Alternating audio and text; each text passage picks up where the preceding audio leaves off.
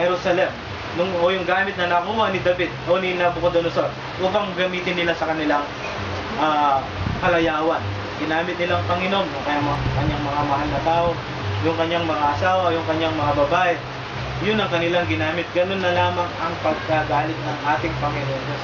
Yun ang pamamaraan kung bakit hindi sila nananatili sa kapangyarihan na ipinagkaloob sa kanila ng Diyos, dahil hindi nila ito ibinabalik yung kapurihan sa Diyos, kundi inaangkin nila ito. Sa kanila ang karunungan, sa kanila ang kapangyarihan. Nakakalimutan nila na itong kapangyarihan na ito, ang Diyos ang nagbigay sa kanila. Ganun na lang ang pangyayari. Maging sa ating kapanahonan, mga kapatid, napakaraming nailuluklok maging sa ating kinatatayuan dito sa Pilipinas o kinalalagyan. Na kung minsan yun ang nagiging pamamaraan kung bakit hindi nila man natatapos ang kanilang termino. Dahil nga sa kanilang kapalaluhan. Gaya nitong ni Belshazzar, kanino sila nagsamba? Nagsamba sila sa Diyos ng mga bakal, tanso, kahoy, yung mga Diyos-Diyosan kung ating tutuwirin ang kanyang sinabi. Ngayon, maliban pa po dyan, ano pa ang mga pamamaraan o kadahilanan kung bakit hindi sila nagsisipanatili. Dito po sa unang Samuel 18:6 hanggang 9. Ito po ang sabi. At nangyari pagdating nila nang bumalik si David mula sa pagpatay sa Palisteo, ng mga babae lumabas mula sa lahat ng mga bayan ng Israel na nag-aawitan at nagsasayawan upang salubungin ang haring si Saul ng mga pandereta, ng kagalakan at ng panugtog ng tugtugin. At nag-aawitan ng mga babae sa kanilang pagtugtog at sinasabi, pinatay ni Saul ang kanyang libo-libo at ni David ang kanyang laksa-laksa. Nung makita nila ni si Haring Saul, kumakanta ngayon o nag-aawitan ngayon itong mga kababayan at sa kanilang awit na inaawit, itong si Saul ay pumatay ng libo-libo.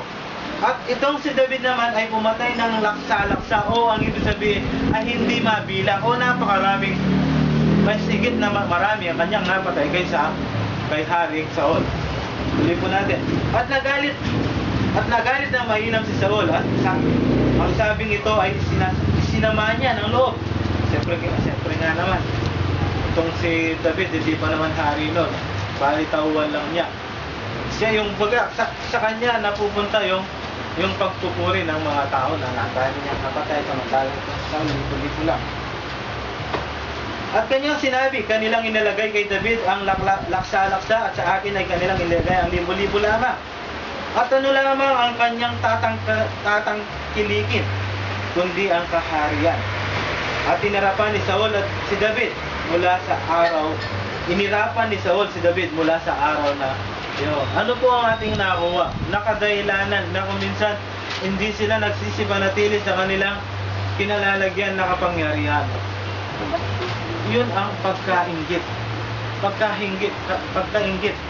ng isang tao na kung minsan hindi niya matanggap na merong mas magaling sa kanya. Hindi po ba't ganun ang nagiging pinangangawakan ngayon ng tao?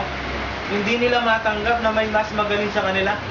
Gaya ng mga lalo na pa yung hindi nakakarinig ng mga salita ng Diyos o hindi napapabilang sa anak ng Diyos. Na kung minsan kaya lamang tatakbo sa aralan niya para may pakita lang kung kaya nila, kaya ko rin. Hindi po ba? Hindi nila ini-interest na sila'y makatulong sa bayan, kundi ano ang kanilang interest? Na sila'y sumikat, na kung kaya nila ay kaya ko rin.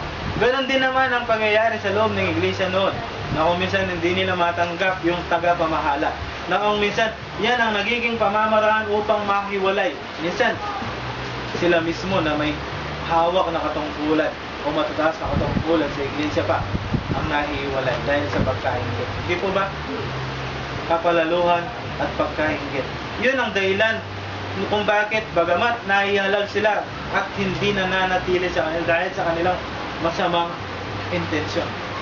Ngayon, ano pa po ang ibig sabihin? O ano pa ang ating mababasa dito sa Gawa 12:20 hanggang 22.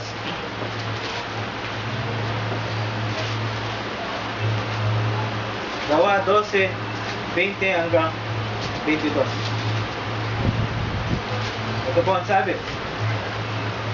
At galit na galit nga si Herodes sa mga tao, sa mga taga-Tiro at taga-Sidon, at sila'y nagkakaisang pumaroon sa kanya, at nang makaibigan na nila si Blasto at nakatiwala ng hari, ay kanilang ipinamanhik ang pagkasundo o pagkakasundo, sapagkat ang lupain nila ay pinakakain ng lupain ng hari.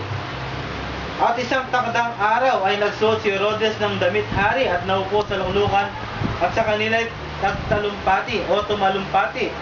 At ang bayan ay sumigaw, tinig ng Diyos at hindi tinig ng tao. Ito po kasaysayan na ito ng si hari ng Tiro, ay si Herodes, ay nagtalumpati sa mga tao.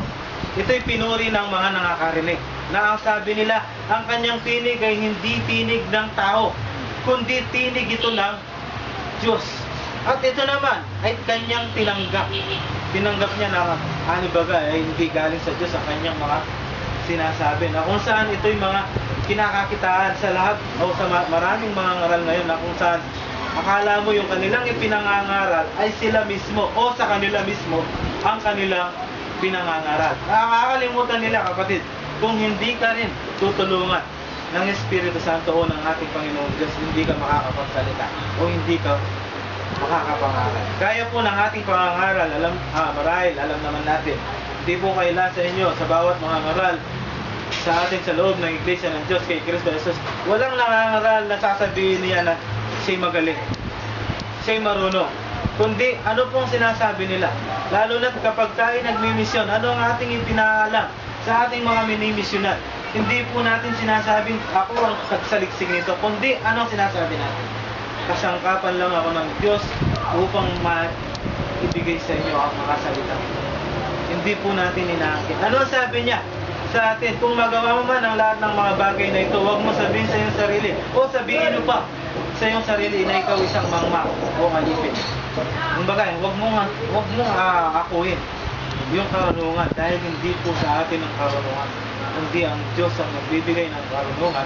Kung kaya tayo mga kasangkapan lamang para maibigay sa tao ang mga salita ng ating Panginoon Diyos. Ngayon po, paano makikilala? Ayon sa banal na kasulatan, ang mga nasa kapangyarihan na naging palalo at hindi na magsisi.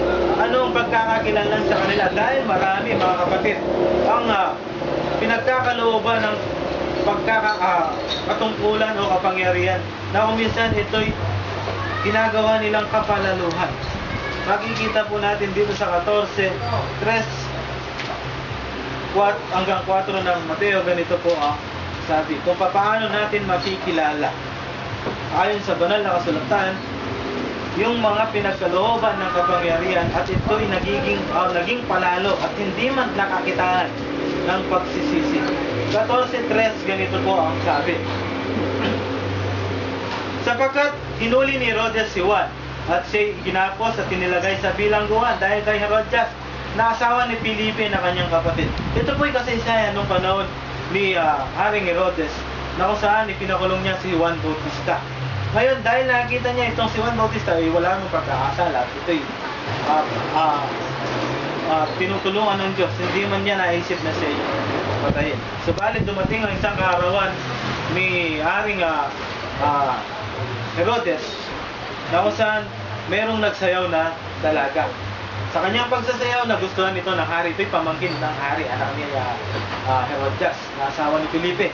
Na kung saan nung nagustuhan nito, binigyan ngayon ng bilang pabuya.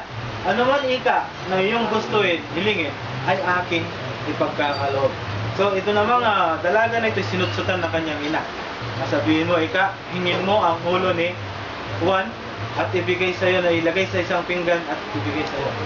Alam naman natin na ang kautusan, ika o kasabihan, ang utos ng hari ay hindi mababalik.